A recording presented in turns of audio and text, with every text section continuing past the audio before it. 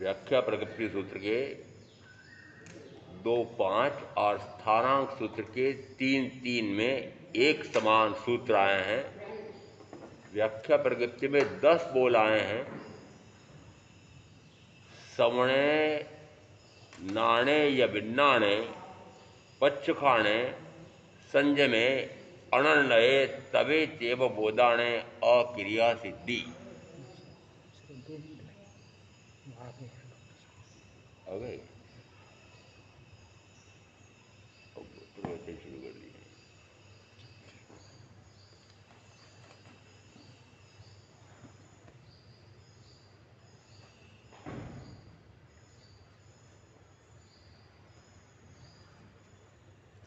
प्रथमतः 10 बोलों का पृथक पृथक अर्थ दिया है और उसके बाद एक समेकित गाथा है। और समेकित गाथा सवणे नाणे या बिन्नाणे पच्छ खाणे संजमे अणनये तवे चेव बोधाणे अक्रिया सिद्धि।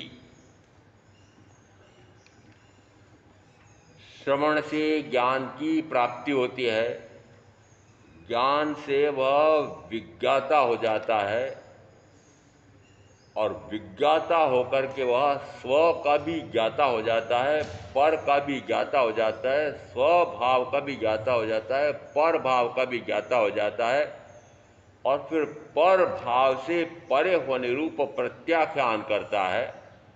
सवणे नाणे बिन्नाणे पच्चकाणे संजय में, और उसके बाद 5 महावृत्त रूप संयम में प्रविष्ट होता है। संयम से वह संवर को प्राप्त होता है, और संवर से आत्मा द्वारा आत्मा में संवृत होते हुए अणगार उसी भाव में सिद्ध हो जाते हैं, बुद्ध हो जाते हैं, मुक्त हो जाते हैं, परिनिर्वाण को प्राप्त कर सर्व दुखों का अंत कर देते हैं। इसमें क्या आ रहा है? इसमें आ रहा है अनन्य अनिरुद्ध करना। अनिरुद्ध किसको करना? कि कर्म के आश्रम के द्वारों को रोकना, और कर्म के आश्रम के द्वार रुक जाएं तो फिर पूर्व के कर्म का क्या होगा? कि पूर्व का कर्म जिस समय उदय में आता है, उस कर्म के उदय में कोई कार्य क्रिया प्रवृत्ति मन वचन काया से न करे तो कहा जाता है वह ऐसे अक्रिय होकर के सिद्ध हो जाता है, बुद्ध हो जाता है, मुक्त हो जाता है, परिनिर्वाण को प्राप्त कर सर्व दुखों का अंत कर देता है। एक गाथा में श्रवण से लगा करके और जन्म से मुक्ति तक का उपाय आ गया है। पहले तो अपने आप से प्रश्न करो और अपने आप को उत्तर दो कि क्या मेरा लक्ष्य जन्म मरण का अंत करना है क्या?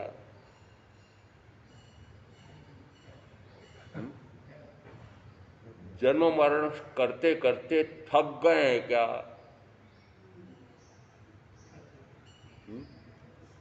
थके हैं क्या? थके हैं ना? अब मुझे जन्म मरण नहीं करना। तो फिर बताओ जन्म और मरण होता किससे है?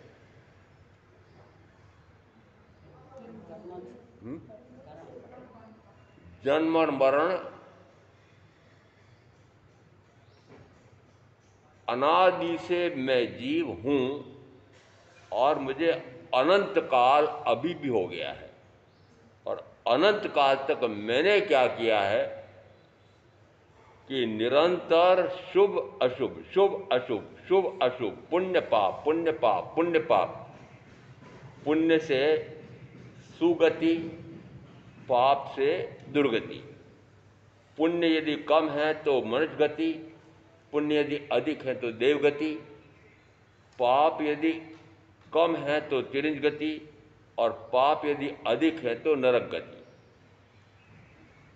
अर्थ क्या निकल रहा है कि अनंत काल हो गया है, निरंतर मैं चतुर्गति में परिभ्रमण कर रहा था, तो उसका मूल कारण क्या हाथ में आया?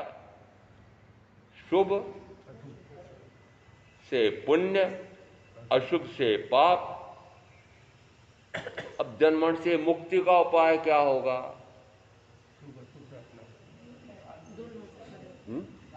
न पाप न पुण्य। और अब पता लगाओ कि इस भाव में पुण्य कर्म से आए हैं कि पाप कर्म से आए हैं। निश्चित है कि मनुष्य गति पुण्य कर्म का फल है, और तो पुण्य करके इस मनुष्य भाव में आए हैं। और एक और विशेष बात मानना कि मैं तो विशिष्ट पुण्य का उपार्जन करके आया हूं, जिस कारण से मुझे आर्य क्षेत्र में जन्म मिला है, आर्य कुल में जन्म मिला है, और आर्य यानी तीर्थंकर परमात्मा की वाणी सुनने का स्वर्णिम अवसर मिला है। 2 प्रकार के अवसर हैं। एक तो अमूल्य रत्न चिंतामणि जैसा मनुष्य भाव मिला है, और दूसरा तीर्थंकर परमात्मा, केवली परमात्मा की वाणी सुनने का स्वर्णिम अवसर मिला है। दो अवसर मिले हैं और अब अभी तक का आपका लेखा कर लो। मैं अपना लेखा बताता हूं कि इस भाव में भी बहुत सारे वर्षों तक मात्र पाप ही पाप में 5 इंद्रियों के विषयों में आकंठ डूबा रहा। आपका लेखा बता दो।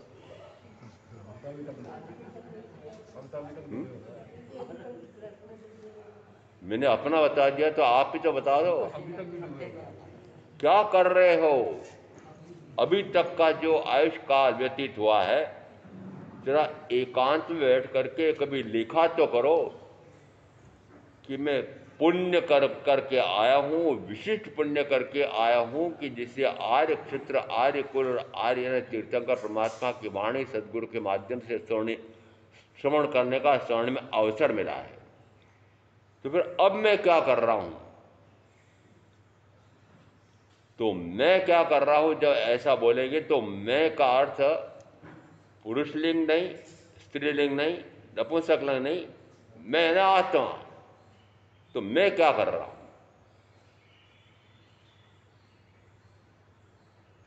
कोई बोलो क्या कर रहे हो? हिंसा से लगा करके मिथ्या दर्शन चलने तक के 18 प्रकार के पाप में निरंतर मन वचन काया की प्रवृत्ति हो रही है।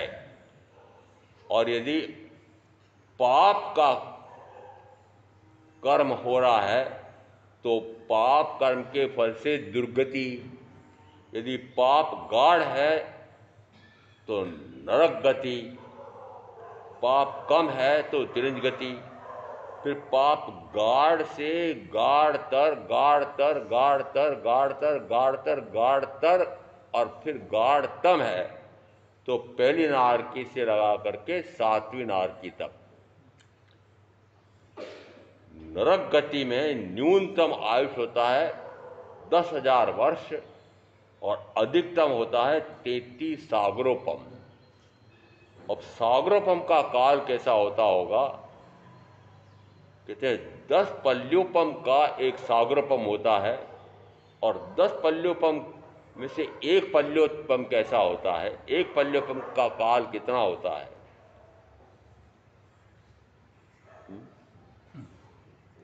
यदि एक पल्योपम का काल भी ऐसा है कि जिसकी गिनती करना मुश्किल है, तो फिर बताओ यदि नरक गति में जाते हैं और नीचे से नीचे, नीचे से नीचे ठेठ इस लोक के अंतिम गड्ढे तक जाते हैं, क्या करके जा रहे हैं? पाप। अरे कोई ना तो करो कि पाप नहीं कर रहा हूं, नहीं कर रहा हूं मैं। कि महाराज पाप के बिना तो न शरीर चलेगा, न परिवार चलेगा, न कल कारखाना चलेगा, न व्यापार चलेगा, कुछ नहीं कर पाऊंगा। तो महाराज पाप तो होगा ही होगा, पाप तो होगा ही होगा। हाँ?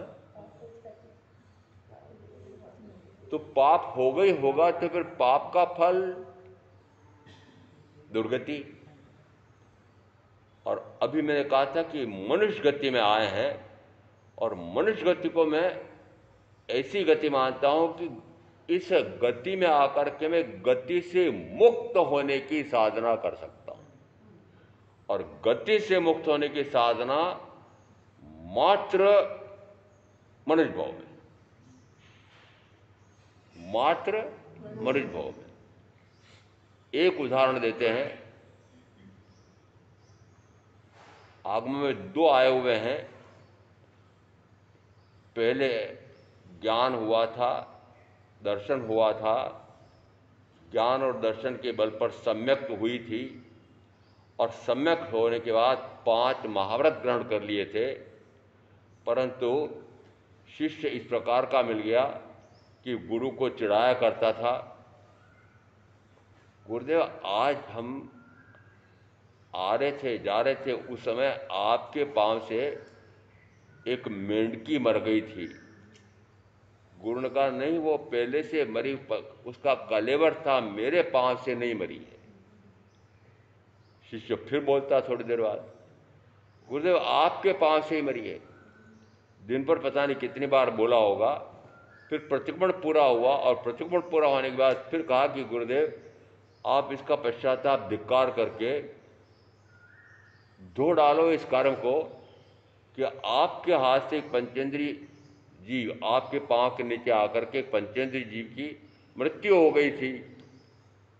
बार बार जब वो कह रहा था तो गुरु को गुस्सा आया। जब मैंने कह दिया ना कि मेरे पांव से नहीं मरी है, कलेवर रूप पड़ा था, पहले से मरा हुआ था। गुस्सा आता है, गुस्सा आते से उस शिष्य को मारने दौड़ते हैं और स्थानक अंधेरे में होता है। आजकल के स्थानकों की बात नहीं करता मैं, स्थानक में अंधेरा गुप्त होता था और जैसे शिष्य को मारने के लिए दौड़े, खंबे से टकरा गए और उसी समय गुरु की मृत्यु हो गई।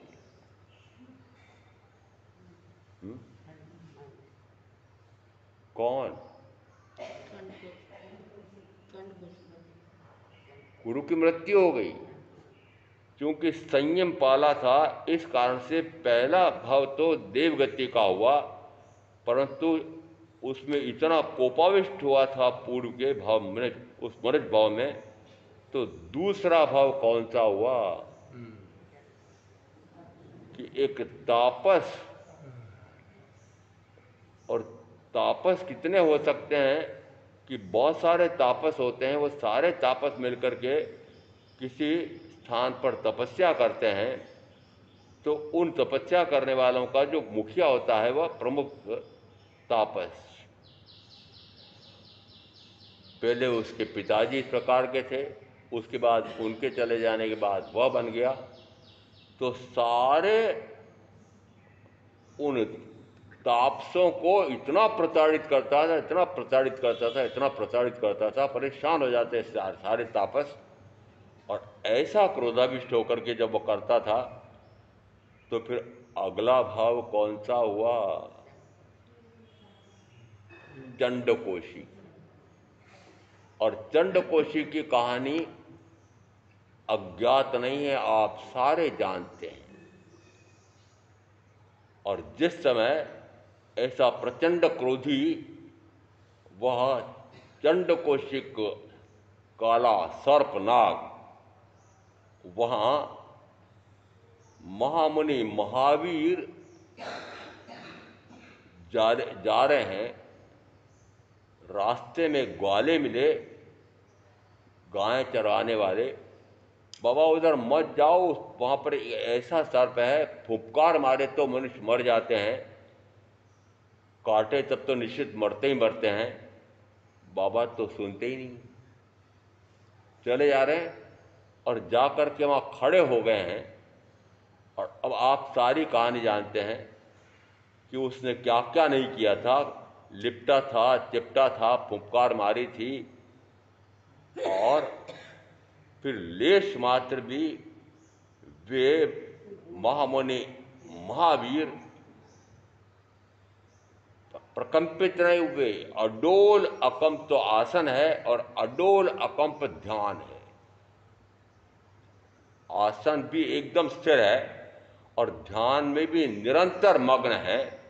इसका अर्थ है कि जब ऐसा उन्होंने देखा, उसे कहा इस पर असर क्यों नहीं हो रहा है, असर क्यों नहीं हो रहा है। तो फिर नीचे उतर करके एक डंक लगाया और उसका अनुभव है कि यदि एक डंक लगाऊं तो वह जो व्यक्ति होगा वह नीचे गिरता धड़ाम से मर जाता है।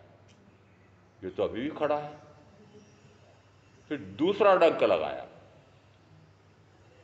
तब भी लेश मात्र भी महामुनि विचलित नहीं हुए थे। आसन भी अडोल है और ध्यान भी अकंप है। निरंतर आत्मा में ध्यानस्थ रहे हैं। अपने आप को जानना, अपने आप को देखना, अपने आप में मग्न रहना, ऐसी अखंड ध्यान साधना चल रही थी। तीसरा डंक और लगाया, तब भी कोई असर नहीं हुआ। महावीर तो अपनी साधना करके चले जाते हैं। उसको हमारे यहाँ जो कर्म अभी वर्तमान में उदय में नहीं आ रहा है और जिस समय में प्रमाद में होऊंगा और उस समय उदय में आएगा तो मैं उससे परास्त हो जाऊंगा।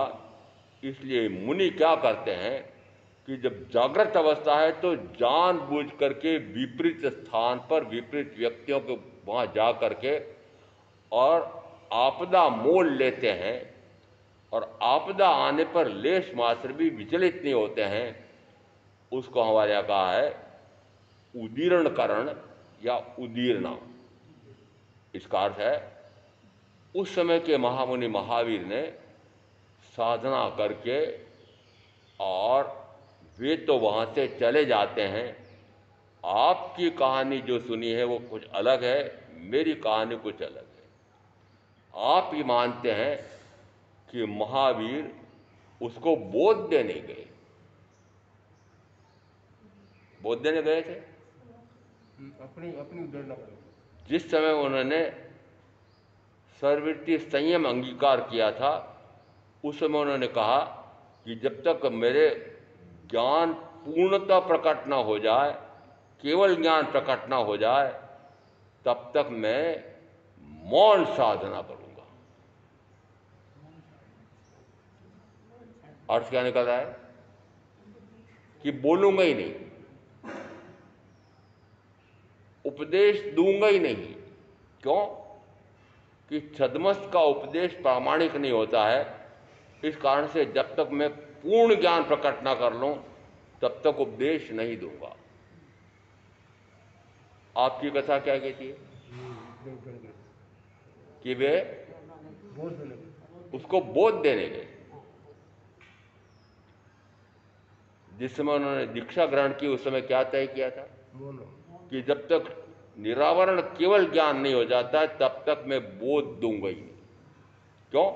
क्योंकि छद्मस का ज्ञान परिपूर्ण नहीं होता है, वह बोल नहीं सकता है। अर्थ निकल रहा है कि वे वहां पर अपनी ध्यान साधना करने के लिए गए थे, उसको बोध देने के लिए नहीं गए थे।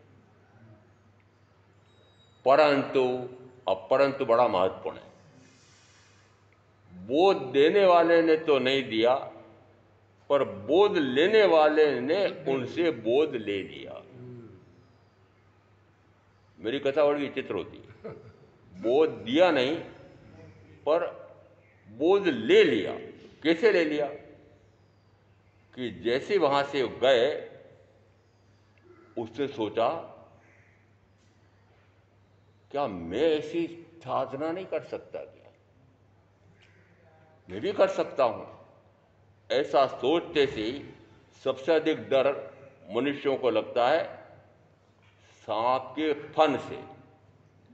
तो फन तो बांबी में डाल दिया और सारा शरीर बाहर लेटा दिया और अडोल आसन और अडोल ध्यान में मग्न हो गए। अडोल आसन कैसे? कि जिस समय शरीर बाहर लेटा पड़ा है उस समय लोगों ने सोचा नाग देवता प्रकट हुए हैं, इसलिए कोई नैवेद्य चढ़ा जाते थे, मिठाई चढ़ा जाते थे, दही चढ़ा जाते थे आदि। तो उसको खाने के लिए बहुत सारी चींटियाँ आने लगी। चींटियों ने वो खा लिया। उसके बाद में अब क्या खाएं? तो उस सर्प का वो रक्त चूसने के लिए तो रक्त चूसने काटने लगे। अब जब वो रक्त चूसने के लिए काटते हैं तो उस समय क्या सीख सीखी थी कि अडोल रहना है, अकंप रहना है, लेश मात्र भी हिलना नहीं है। और यदि वह अपने पूंछ को जरा सा हिला दे तो पता नहीं कितनी चींटियां और अन्य जीव मर जाएंगे, परंतु नहीं, मैं अडोल अकंप आसन में रहूंगा और अडोल अकंप ध्यान में रहूंगा। और ऐसा करते करते पहले वो चींटियां मकोड़े आदि वो खाते रहे, छेद पड़ गए तो फिर चील कौवे खाने लगे और ऐसा करते करते सारा रक्त, मांस, चर्बी आदि उन अन्य जीवों ने खा लिया और मात्र कंकाल बच गया। किसका? कंकाल बच गया। तब भी लेश मात्र भी आसन हिलाया नहीं है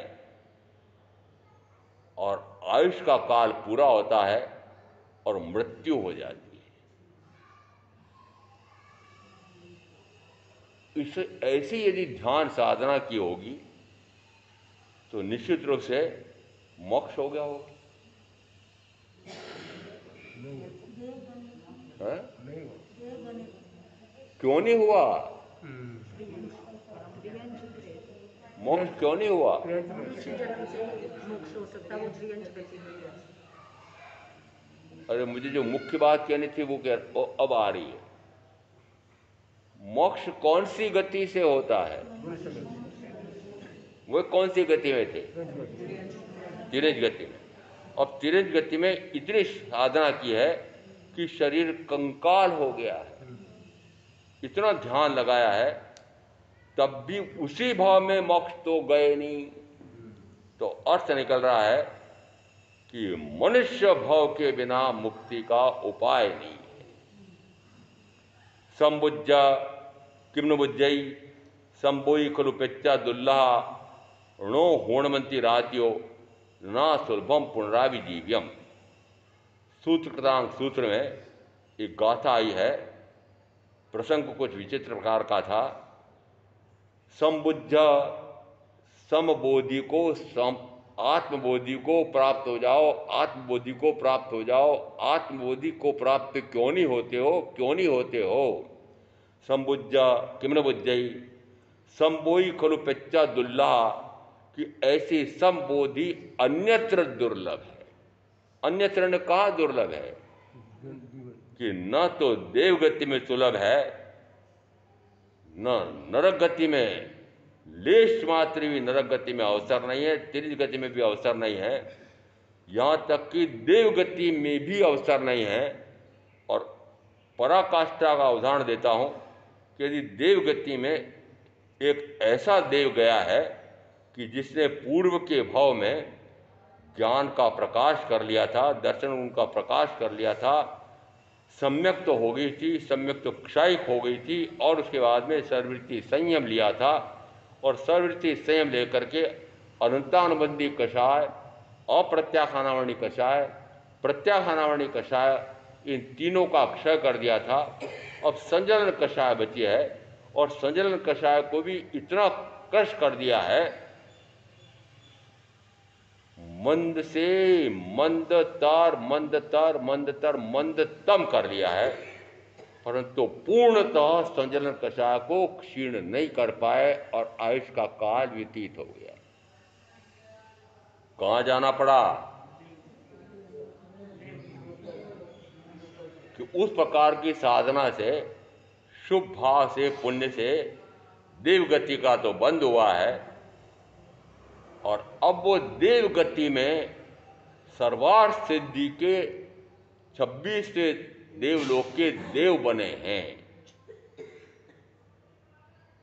वहां से जन्मन से मुक्ति की साधना संभव है? नहीं है। तो अब कहां संभव नहीं है? नरक गति में लेश मात्र नहीं है, तिरंज गति में लेश मात्र नहीं है, और देव गति में भी नहीं है। तो फिर जन्म से मुक्ति की साधना कौन से भाव में?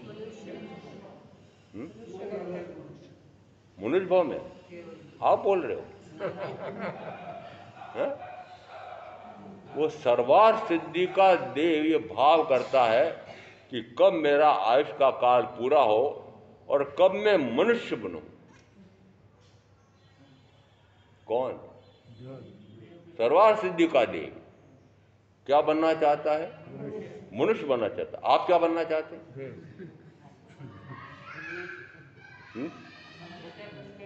महाराज, हमने सुना हुआ है कि देव गति में बहुत सुख है, मनुष्य गति में भी सुख तो है, परंतु बहुत खटकर्म, खोटे कर्म, पाप कर्म करने के बाद फिर वो सुख मिलते हैं।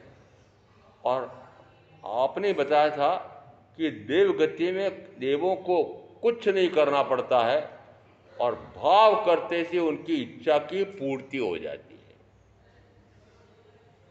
चाहिए? अरे चाहिए कि नहीं देवगति? चाहिए। और वो जो देवगति में पहुंच गया है वो कहता मैं कब वापस मनुष्य बनूं। आपको देवगति चाहिए और वो देवगति वाला कह रहा है मैं कब मनुष्य बनूं। बताओ किसकी महत्ता आई?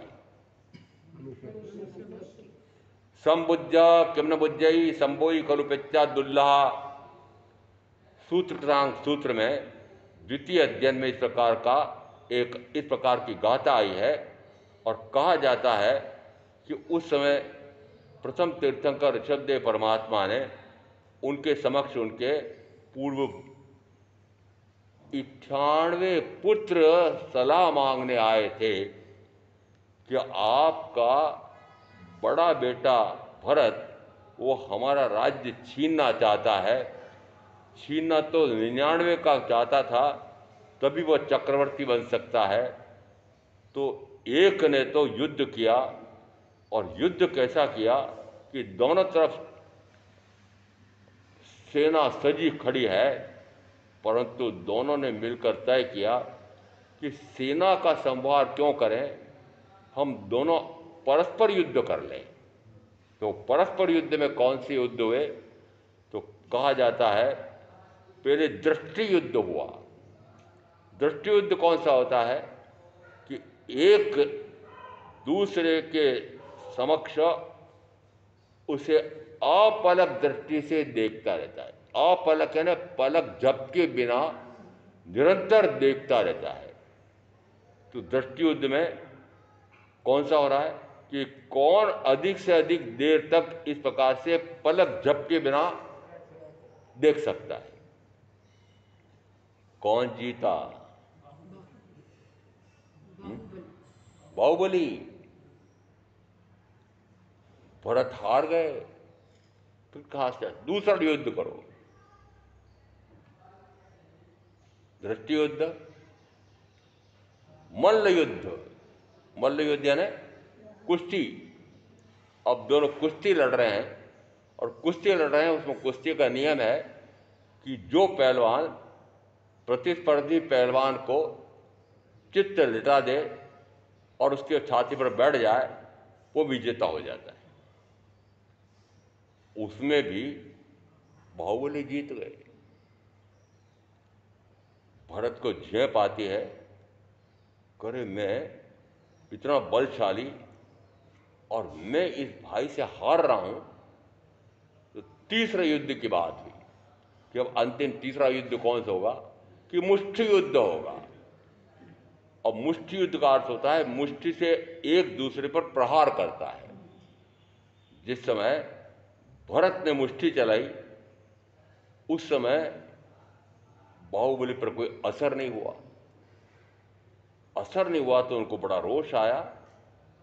उन्होंने चक्र चला दिया और चक्र बाहुबली के चारों तरफ घूम करके वापस लौट जाता है। तो उन्होंने कहा अब इससे बड़ा तो मेरे पास कोई साधन ही नहीं है, अब क्या करूं? तो उन्होंने मुष्टि तो चलाई थी, परंतु मुष्टि के प्रहार से बाहुबली बच गए। तो फिर बाहुबली ने भी मुष्टि उठाई, युद्ध चल रहा है, और जैसे उन्होंने मुष्टि उठाई और अंदर में भाव जगा यदि इस मुष्टि का प्रहार भरत पर हो गया तो जमीन दोष हो जाएगा। तुरंत भाव आया कि अपने राज्य के छोटे से टुकड़े को बचाने के लिए भाई की हत्या, नहीं ऐसा नहीं होगा, नहीं होगा। अंदर से आवाज आ रही है, क्षयिक सम्यक दृष्टि जी उसी भाव में मोक्षगामी होने वाले। भाव आया कि अपने छोटे से राज्य को बचाने के लिए भाई की हत्या करूं, ऐसा नहीं हो सकता है। आपकी कथा अलग है। सभासद उनको चेतावनी देते। अरे सभासद चेतावनी दे रहे हैं, अंदर में ज्ञान और दर्शन और क्षयिक सम्यक दर्शन चेतावनी दे रही है कि अरे जरा छोटे से राज्य के लिए भाई की हत्या करने जा रहा है। परंतु तुरंत विचार आया कि यदि योद्धा का मुष्टि का प्रहार उठ गया है, प्रहार तो होना ही चाहिए। तो प्रहार कहाँ हो गया? अपने सिर पर। वो अपने सिर पर प्रहार कैसा हुआ कि पंचमुष्टि लोच करके और वहीं ध्यानस्थ खड़े हो गए। 1 वर्ष हो गया, कथा आप भी जानते हैं, परंतु केवल ज्ञान प्रकट नहीं हो रहा है। वो कारण क्या है? श्वेतांबर कहते हैं कि वे ऋषभदेव तीर्थंकर परमात्मा की संवत्सरण में नहीं जाना चाहते थे, क्योंकि उनके पहले 98 ने दीक्षा ले ली थी, तो उनको मुझे वंदन करना पड़ेगा। अरे उसी भाव में कुछ ही समय बाद केवल ज्ञान प्रकट करना पड़ेगा, होने वाला है। वो ये सोचेगा ये संयम श्रेष्ठ है तो उसको वंदन करना ही पड़ता है। कतई गलत है। दिगंबर मानते हैं कि उनको बार बार ये विचार आ रहा था कि मैं आखिर ध्यान में भी खड़ा तो भरत की भूमि पर हूँ, खड़ा तो भरत की भूमि पर हूँ। श्वेतांबर की कथा अलग है, दिगंबर की कथा अलग है, और आगम कुछ अलग है। आगम कुछ अलग है। 9:31 एक व्याख्या प्रगति सूत्र 9:31 में आया है कि यदि वह अपने स्वयं के ज्ञान गुण से ज्ञान गुण प्रकट करने का पुरुषार्थ करे तो वो ज्ञान गुण, केवल ज्ञान गुण, अनंत ज्ञान गुण अपने बल से प्रकट कर सकता है। आत्मा का गुण ज्ञान है।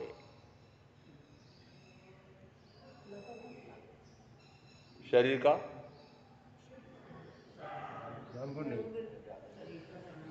अभी 2 दिन में 5 अपेक्षाओं से शरीर और आत्मा की भिन्नता का भेद ज्ञान कराया था। अब मैं 5 अपेक्षाओं से नहीं पूछ रहा हूं, भाव अपेक्षा से जीव का स्वरूप कैसा है और भाव अपेक्षा से संयोगी पौद्गलिक शरीर का स्वरूप कैसा है। भाव अपेक्षा से जीव ज्ञान में दर्शन, अनंत ज्ञान, अनंत दर्शन, अनंत सुख, अनंत वीर गुण संपन्न है, और भाव अपेक्षा से शरीर अनंत वर्ण, अनंत गंध, अनंत रस, अनंत स्पर्श वाला है। दोनों में पूर्णतः भिन्नता है, पूर्णतः भिन्नता है। अभी एक अपेक्षा से कहा कि दोनों पूर्णतः भिन्न हैं। दोनों कौन? ये शरीर और इसके साथ संयोगी में आत्मा। तो इस आत्मा के साथ शरीर का संयोग है, इस पुद्गल का इस आत्मा का संयोग है। 2 द्रव्य एक साथ जुड़े हुए हैं। एक जीव द्रव्य है, एक पुद्गल द्रव्य है, और भिन्न भिन्न रूपों में मेरे साथ यह पौद्गलिक शरीर अनादि से है, वर्तमान में भी है। यदि अनंत काल से ये दोनों एक साथ होगा तो एक साथ हो गए, एक में एक हो गए। नहीं ना हो सकता है। तोते जैसे बोल रहे हो, दोनों गुण अलग अलग है। दोनों क्योंकि सुन लिया तो बोल रहे हो दोनों कि नहीं, ये दोनों अलग अलग ही हैं, दोनों एक होते नहीं, हुए नहीं, होंगे नहीं। परंतु व्यावहारिक जगत में तो आपने अपना अस्तित्व तो पता लगाया नहीं, और शरीर ही शरीर का अस्तित्व दिखाई दे रहा है। इस शरीर के साथ 5 इंद्रियां हैं, इन 5 इंद्रियों के भोगों में सुख प्राप्त होता है। इंद्रिय विषयों में सुख है, और इंद्रिय विषयों में सुख है, इस कारण से फिर इंद्रिय विषयों का सुख प्राप्त करने के लिए पहले खूब जम करके पढ़ाई करते हैं, फिर डट करके कमाई करते हैं, और फिर कस करके 5 इंद्रियों का भोग भोगते हैं।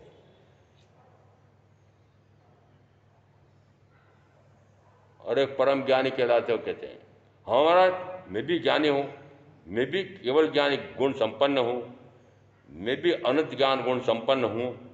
अरे हो, पर कर क्या रहे हो? क्या कर रहे हो? सही कर रहा, मैं तो कर रहा हूँ। 5 इंद्रियों के विषय सेवन में सुख है ऐसा आपने मान रखा है, मात्र जान रखा है, मान रखा है, ऐसा नहीं है। कार्य क्रिया में भी मात्र 5 इंद्रियों के सुखों को भोगने के लिए खूब पढ़ाई की थी, खूब कमाई की थी, और अब खूब कमाई करके खूब भोग भोग रहे हैं।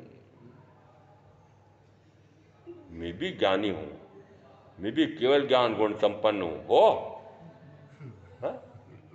भोगी हो।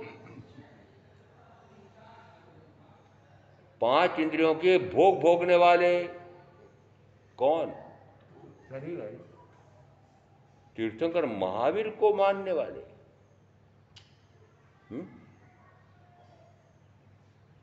अरे तीर्थंकर महावीर को मानने वाले। अभी तीर्थंकर महावीर ने जब साधना की थी, वह साधना कैसी थी उसका एक नमूना दिया है। अन्य नमूना और गिनेना कि जिस समय वे उपवास लगा करके, उपवास यानी एक से लगा करके 5 महीने 25 दिन लगातार चारों आहार के त्याग रूप उपवास चल रहा है, और अब तय करके जाते हैं 13 बोल कि 13 बोल मिलेंगे तो मैं पारणा करूंगा। अब मुझे बात दूसरी कहनी है, इसलिए 13वां बोल मानता हूं मैं, उड़द के बाकुले मिलेंगे तो पारणा करूंगा।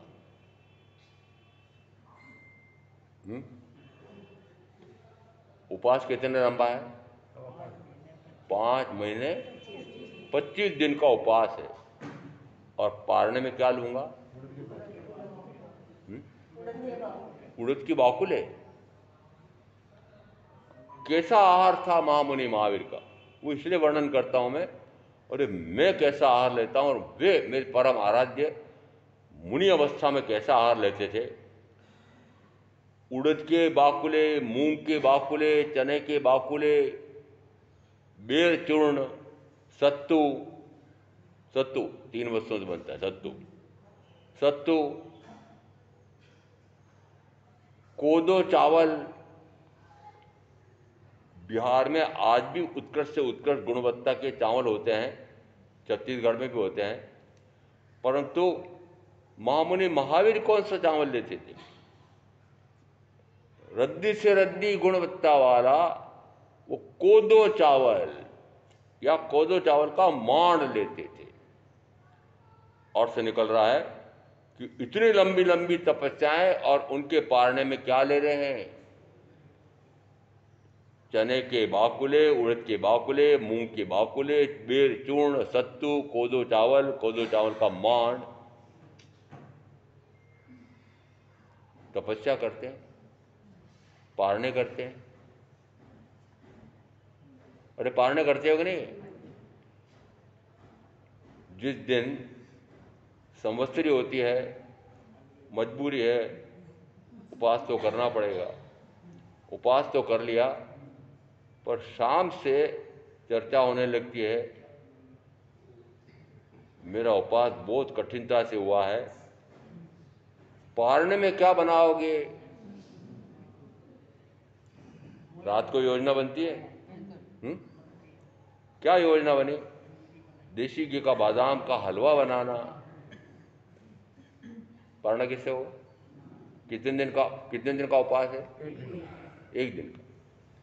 और अभी मैंने महामुनि महावीर का बताया, कितने दिन का उपवास है? सोचो कैसी साधना थी। बाह्य से भी इस प्रकार की साधना थी, और अभ्यंतर से भी किस प्रकार की साधना थी।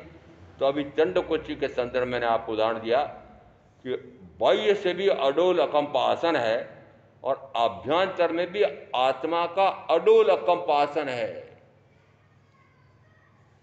और इसलिए कहा जाता है कि बीच के 22 तीर्थंकरों के जितने असाता विधि नहीं थे, उतने अकेले महामुनि महावीर के थे। इस कारण से उन्होंने उन कर्मों को शीघ्रता से उद्यावली में ला करके क्षय करना है तो विपरीत स्थानों पर जाते थे, विपरीत व्यक्तियों के सामने जाते थे। मैं अभी सिद्धार्थ राजा मेरे पिता उनके राज्य में विहरण कर रहा हूँ। उनके बाद फिर मैं अपने बड़े भाई नंदीवर्धन के राज्य में विहरण कर रहा हूँ। मुझे सारे पहचानते हैं, ये राजकुमार वर्धमान है, नंदीवर्धन हमारे राजा हैं, उनका छोटा भाई है, कौन कष्ट देगा। इस कारण से जानबूझ करके अनार्य क्षेत्र में जाते हैं। कहाँ जा रहे हैं? अनाड़ी। प्रथम तो वे प्रकृति से भी अनाड़ी हैं, जंगली हैं, कंकरीली पथरीली कंटीली भूमि है, कंटीली कंकरीली कठोर ऐसी तो भूमि है। और इस प्रकार के कठोरता से बोलने वाले, कर्कश वाणी में बोलने वाले, जिस समय उनके पालने तो कभी कभार आता था, परंतु बस्ती में जब जाते थे तो बस्ती में उनको घुसने नहीं देते थे, लाते मारते थे, मुक्के मारते थे, कुत्तों को चूचू लगा देते थे, कुत्ते काट लेते थे, नोच लेते थे, जानबूझ करके कष्ट मोल लिया। और जानबूझ करके कष्ट मोल लेकर के उस कष्ट से घबराए नहीं, लेश मात्र भी विचलित नहीं होते हैं। उसी को कहा उदीर्णा या उदीर्ण करण। तो जितने कर्म अधिक से अधिक थे, कम से कम अवधि में उनको क्षीण किया है। इसका अर्थ है कि चाहे मैंने पूर्व में कितने ही कर्म बांधे हों, बांधे मैंने ही थे, अबोधता में, अज्ञानता में बांधे थे। अब जिसमें वो उदय में आते हैं, उस समय मुझे मनुष्य भाव मिला है, तीर्थंकर परमात्मा की वाणी मिली है, सदगुरु का योग मिला है। तो अब जिस समय वो उदय में आए हैं तो क्या करूं महाराज? उदय में आए हैं तो भोगना तो भोगना पड़ेगा। भोगे तो बांधे, भोगे तो बांधे। साधु साधु भी ऐसा शब्द बोलते हैं तो मुझे आश्चर्य होता है, क्या करें भाई, असाता विधि कर्म बांधा है, अभी असाता आ गई है, भोगना पड़ेगी। भोगेगा तो पुनः बांधेगा।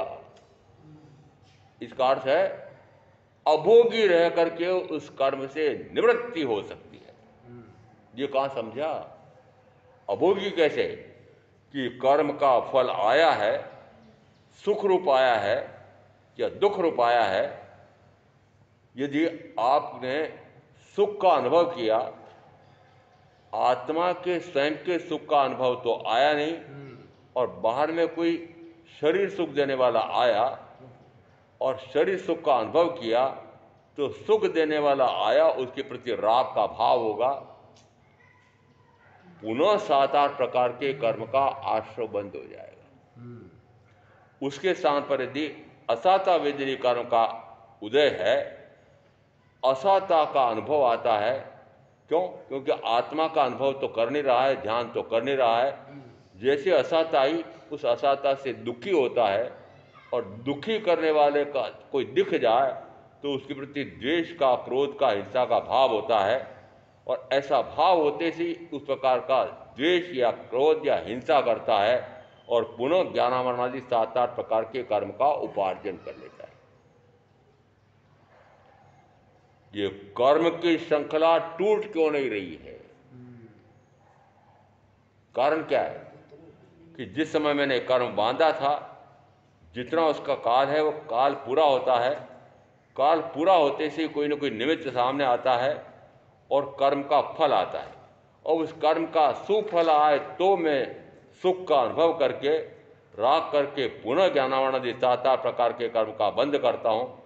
दुख आता है तो दुख से दुखी होकर के दुखी करने वाले के प्रति क्रोध करके, हिंसा करके और फिर 7-8 प्रकार के कर्म का उपार्जन कर लेता हूँ। इस कारण से ये कर्म की श्रृंखला अनादि से चल रही है, टूट नहीं रही है। क्या उपाय करना? क्या उपाय करना? कर्म जो मैंने बांधे हैं, निश्चित माना वो उदय में तो आएंगे। और उदय में आने के बाद क्या आपने ऐसा पक्का समझ रखा है कि उदय के अनुसार मैं उस कर्म का फल भोगूं ना भोगूं, मेरी इच्छा पर है।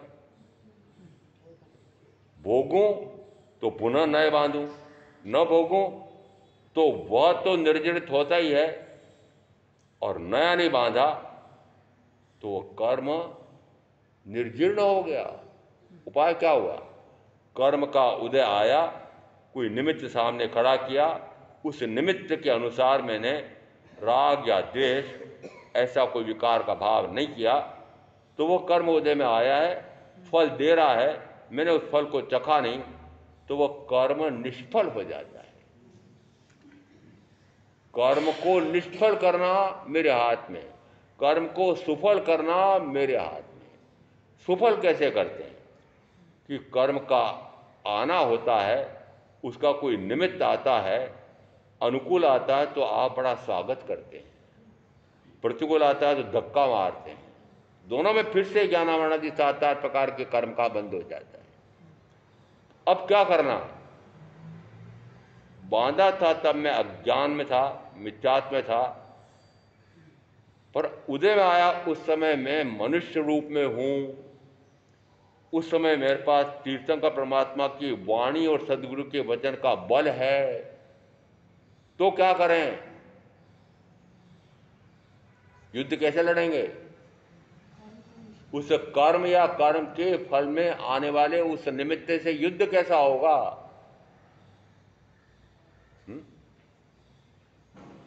कौन जीतेगा, कौन हारेगा? वो कर्म का उदय, कर्म या कर्म के उदय में आने वाला निमित्त जीतेगा कि मैं जीतूंगा? तो ऐसी साधना चल रही है। कर्म की अधीनता स्वीकार कर लेते हो, और कर्म की अधीनता स्वीकार करते हो, कर्म के दास बनते हो, तो कर्म का दास बनने के कारण से फिर पति की दास, फिर पत्नी का दास, और फिर पति और पत्नी का दास, तो फिर और परिजनों का दास, फिर सारों धन संपदा का दास। किस किस के दास बन रहे हो? अब दास ही बने रहना है कि स्वामी बनना है अपने आप का?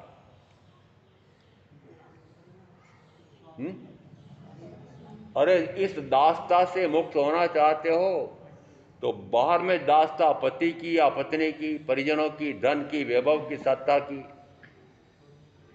बाहर में इनकी दासता है, अभ्यंतर में कर्म की दासता है। अब बाहर में ये दासता छूटे तो कर्म की दासता छूटे, और कर्म की दासता छूटे तो बाहर वालों की दासता छूटे। अब आपको क्या करना है? इस कर्म की दासता को छोड़ी जा सकती है कि नहीं? तो अभी इतनी देर की चर्चा में क्या ये निष्कर्ष निकलता है कि कर्म तो मैंने ही बांधे हैं, वे उदय में भी आते हैं, और उदय में आकर के कोई न कोई अनुकूल या प्रतिकूल निमित्त आकर के खड़ा करते हैं। अब मैं उससे कैसे निवृत्त हूं कि उस कर्म के उदय में आने वाले निमित्त के अनुसार कार्य क्रिया प्रवृत्ति ना करूं, कोई क्रिया प्रतिक्रिया न करूं। सवणे नाणे या भिन्नाणे पच्चकाणे संजमे अनंदये तवे चेव बोधाणे अक्रिया सिद्धि। सिद्धि कैसे होगी? क्रिया से कर्म, अक्रिया से मुक्ति। तो आज क्या तय करना? आज क्या तय करना? कि क्रिया है तो कर्म है, और कर्म है तो चतुर्वृत्ति का परिभ्रमण है। तो चतुर्वृत्ति का परिभ्रमण मिटाना है तो क्रिया नहीं, तो चाहे क्रिया शुभ हो चाहे क्रिया अशुभ हो, शुभ है तब भी कर्म है, अशुभ है तब भी कर्म है।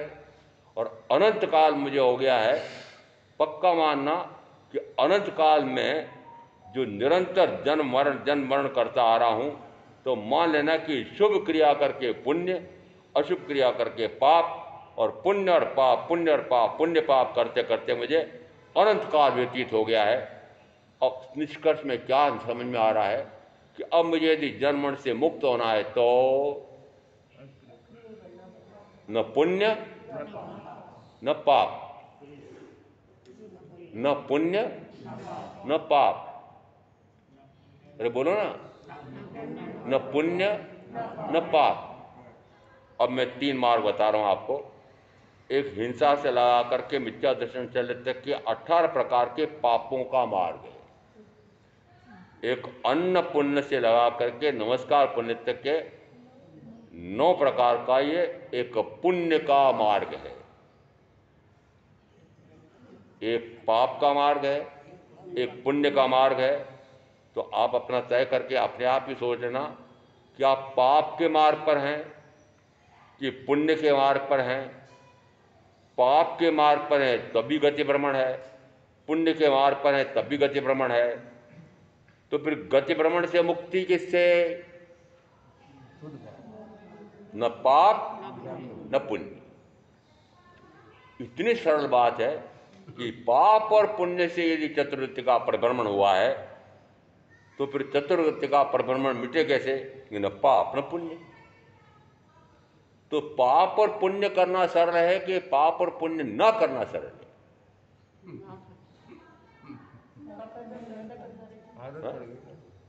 आपने करना सरल मान रखा है, और महावीर कहते हैं करना सरल नहीं है, करना बहुत कष्टकारक है, न करना आसान है।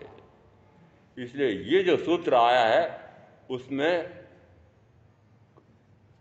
न करने से मुक्ति। मुक्ति किससे?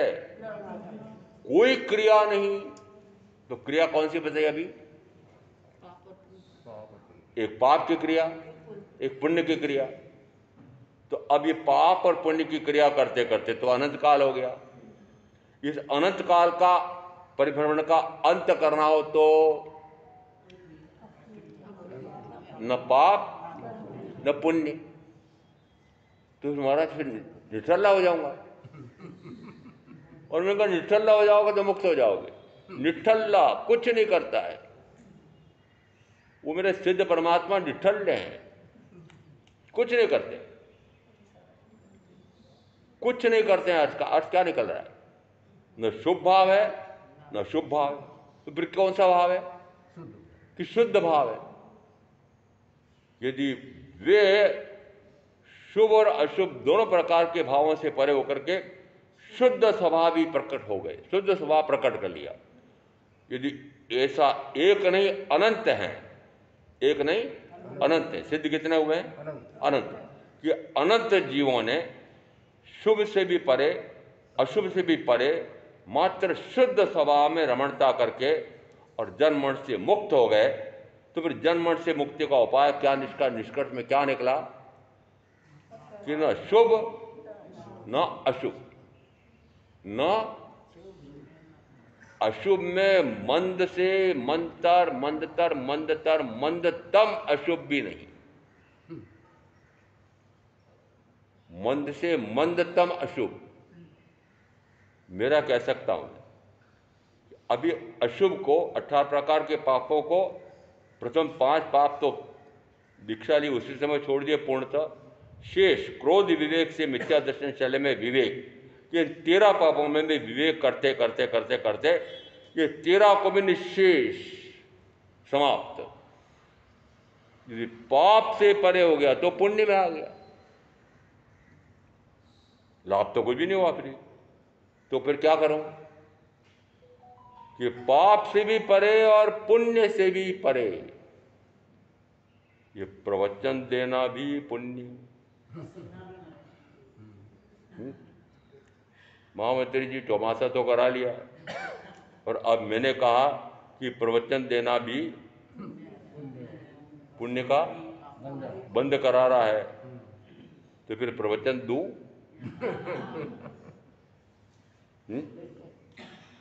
प्रवचन दूं? प्रवचनकार प्रवचन देते समय प्रथमतः कहा हुआ कर्म की निर्जरा करता है, परंतु आगामी भद्रिकता हेतु कर्म का बंद भी करता है। प्रवचन प्रभावना का फल आ रहा है, निर्जरा भी होती है परंतु साथ में बंद भी हो रहा है। बंद किससे हो रहा है? प्रवचन दूं, ये प्रवचन देने की क्रिया, अब क्रिया कर रहा हूं प्रवचन देने की, और महावीर कहते हैं कि क्रिया है तो कर्म है। तीन व्याख्या है, क्रिया है तो कर्म है, तो फिर अक्रिय होगा तो कर्म से रहित होगा। अब आज का निष्कर्ष निकाल लेना, 5 महीने के प्रवचनों का निष्कर्ष निकाल लेना कि एक दिन बोलूं तो या 5 महीने तक बोलता रहूंगा तो निष्कर्ष में आएगा कर्म से रहित, क्रिया से रहित हो जाओ। क्रिया से रहित हो जाओगे तो कर्म से रहित हो जाओगे, जन्म से मुक्त हो जाओगे। ऐसा तत्व का असुर समाज कर में आप जो साधना करेंगे उनका अवश्य कल्याण होगा। ओम शांति।